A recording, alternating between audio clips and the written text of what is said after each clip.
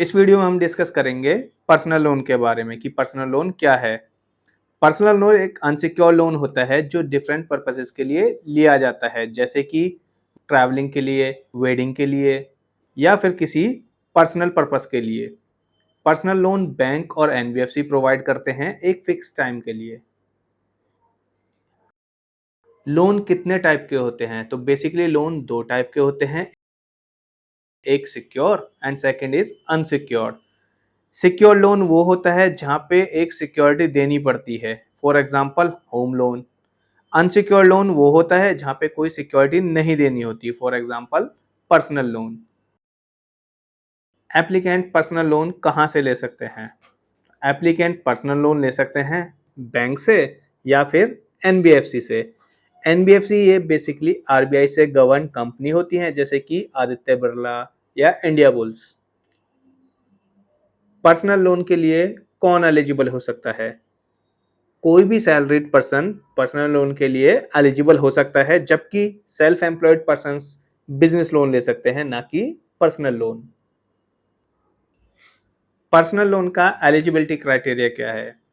India में 100 से भी ज़्यादा बैंक्स और एनबीएफसी हैं जो पर्सनल लोन प्रोवाइड करते हैं, एंड सबका क्राइटेरिया डिफरेंट होता है।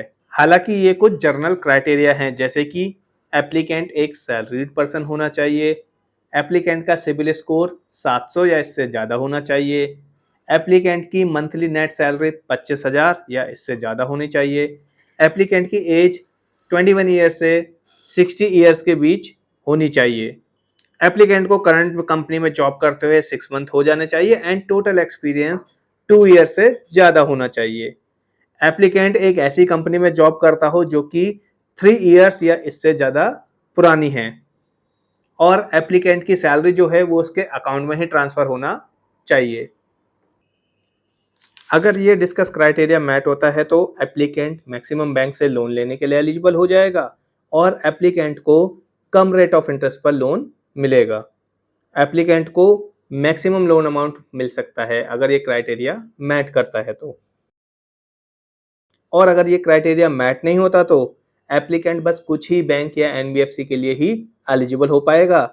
एप्लीकेंट को रेट ऑफ इंटरेस्ट भी हाई मिलेगा और लोन अमाउंट भी कम मिलेगा। पर्सनल लोन के लिए क्या डॉक्यूमेंट्स रिक्वायर्ड होते हैं? डॉक्यूमेंट्स की रिक्वायरमेंट बैंक टू बैंक अलग हो सकती है, जबकि ये कुछ जर्नल डॉक्यूमेंट हैं, जैसे कि एप्लीकेंट के केवाईसी डॉक्यूमेंट, जिसमें आधार कार्ड, पैन कार्ड और पासपोर्ट साइज फ़ोटो चाहिए होती है एप्लीकेंट की। एप्लीकेंट के इनकम डॉक्यूमेंट्स, जैसे कि लेटेस्ट 3 मंथ की सैलरी स्लिप, लेटेस्ट 6 मंथ की बैंक स्टेटमेंट जिस बैंक में एप्लीकेंट की सैलरी क्रेडिट होती है, और लास्ट 2 ईयर की फॉर्म 16 या आईटीआर। एप्लीकेंट के अदर डॉक्यूमेंट, जैसे कि एप्लीकेंट का अपॉइंटमेंट लेटर, एप्लीकेंट का लेटेस्ट यूटिलिटी बिल अगर उसका रेजिडेंस अपना है तो, और अगर रेजिडेंस रेंटेड है तो रेंट एग्रीमेंट, और अगर एप्लीकेंट के पास कोई ऑफिस का आईडी कार्ड है या कोई विजिटिंग कार्ड है तो वो भी सबमिट कर सकते हैं। पर्सनल लोन का rate of interest, loan amount, loan tenure कितना होता है? इंडिया में 100 से भी ज़्यादा बैंक और एनबीएफसी हैं, एंड उन सभी बैंक और एनबीएफसी की पॉलिसीज भी डिफरेंट होती हैं, लेकिन ये कुछ जर्नल डिटेल हैं। Loan amount bank to bank different हो सकता है, लेकिन पर्सनल लोन के लिए लोन अमाउंट स्टार्ट होता है 500 से 1 करोड़ तक। लोन टेन्योर, ज़्यादातर बैंक और एनबीएफसी 3 मंथ से 3 ईयर तक का लोन टेन्योर प्रोवाइड करते हैं, बट कुछ बैंक और एनबीएफसी हैं जो 5 ईयर तक का भी टेन्योर प्रोवाइड करते हैं। रेट ऑफ इंटरेस्ट बेसिकली 10% से स्टार्ट होता है और 72% तक जाता है, वो भी रिड्यूसिंग रेट पर। Processing fees bank to bank depend करती है, बट ये 1% से 5% के बीच में कुछ भी हो सकती है। फोरक्लोजर चार्जेस जर्नली 1% से 5% तक होते हैं एज पर bank policy. Rate of interest, loan amount, loan tenure क्यों वैरी करता है? ये सब इसलिए वैरी करते हैं क्योंकि ये सभी डिपेंड करते हैं 3 टेस्ट पर। पहला सिबिल स्कोर पर, सेकंड रीपेमेंट कैपेसिटी यानी कि इनकम और स्टैंडर्ड एज पर, एंड थर्ड इज एम्प्लॉयर की प्रोफाइल पर।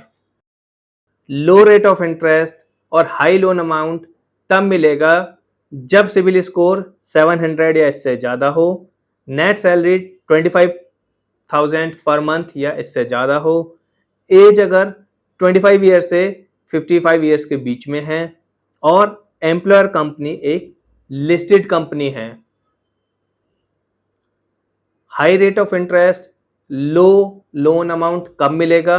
जब सिबिल स्कोर 700 से कम है, नेट सैलरी 25,000 या इससे कम है, एज 21 ईयर से कम या 60 ईयर से ज़्यादा है, एम्प्लॉयर कंपनी एक प्रोप्राइटरशिप, पार्टनरशिप या एलएलपी फर्म है। अब कुछ important points.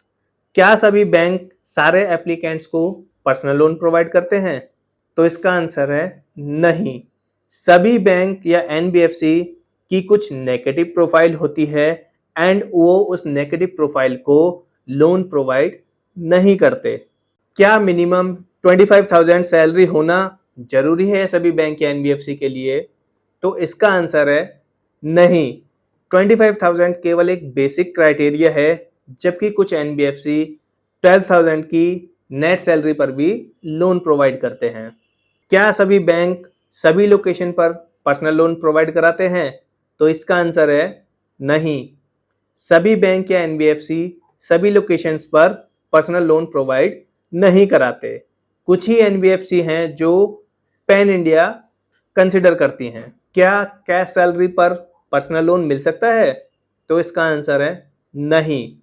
Personal loan cash salary वालों को नहीं दिया जाता। क्या पर्सनल लोन मिलना पॉसिबल है अगर सैलरी यूपीआई या आईएमपीएस मोड से आती है? तो इसका आंसर है कुछ ही बैंक या एनबीएफसी हैं जो यूपीआई या आईएमपीएस सैलरी मोड को कंसिडर करती हैं। अगर एम्प्लॉयर कंपनी एक प्रोप्राइटर या पार्टनरशिप या एलएलपी फर्म है तो क्या पर्सनल लोन मिल पाएगा? तो इसका आंसर है हाँ। कुछ बैंक और एनबीएफसी ऐसे हैं जो इन टाइप की कंपनीज को भी कंसिडर करती हैं।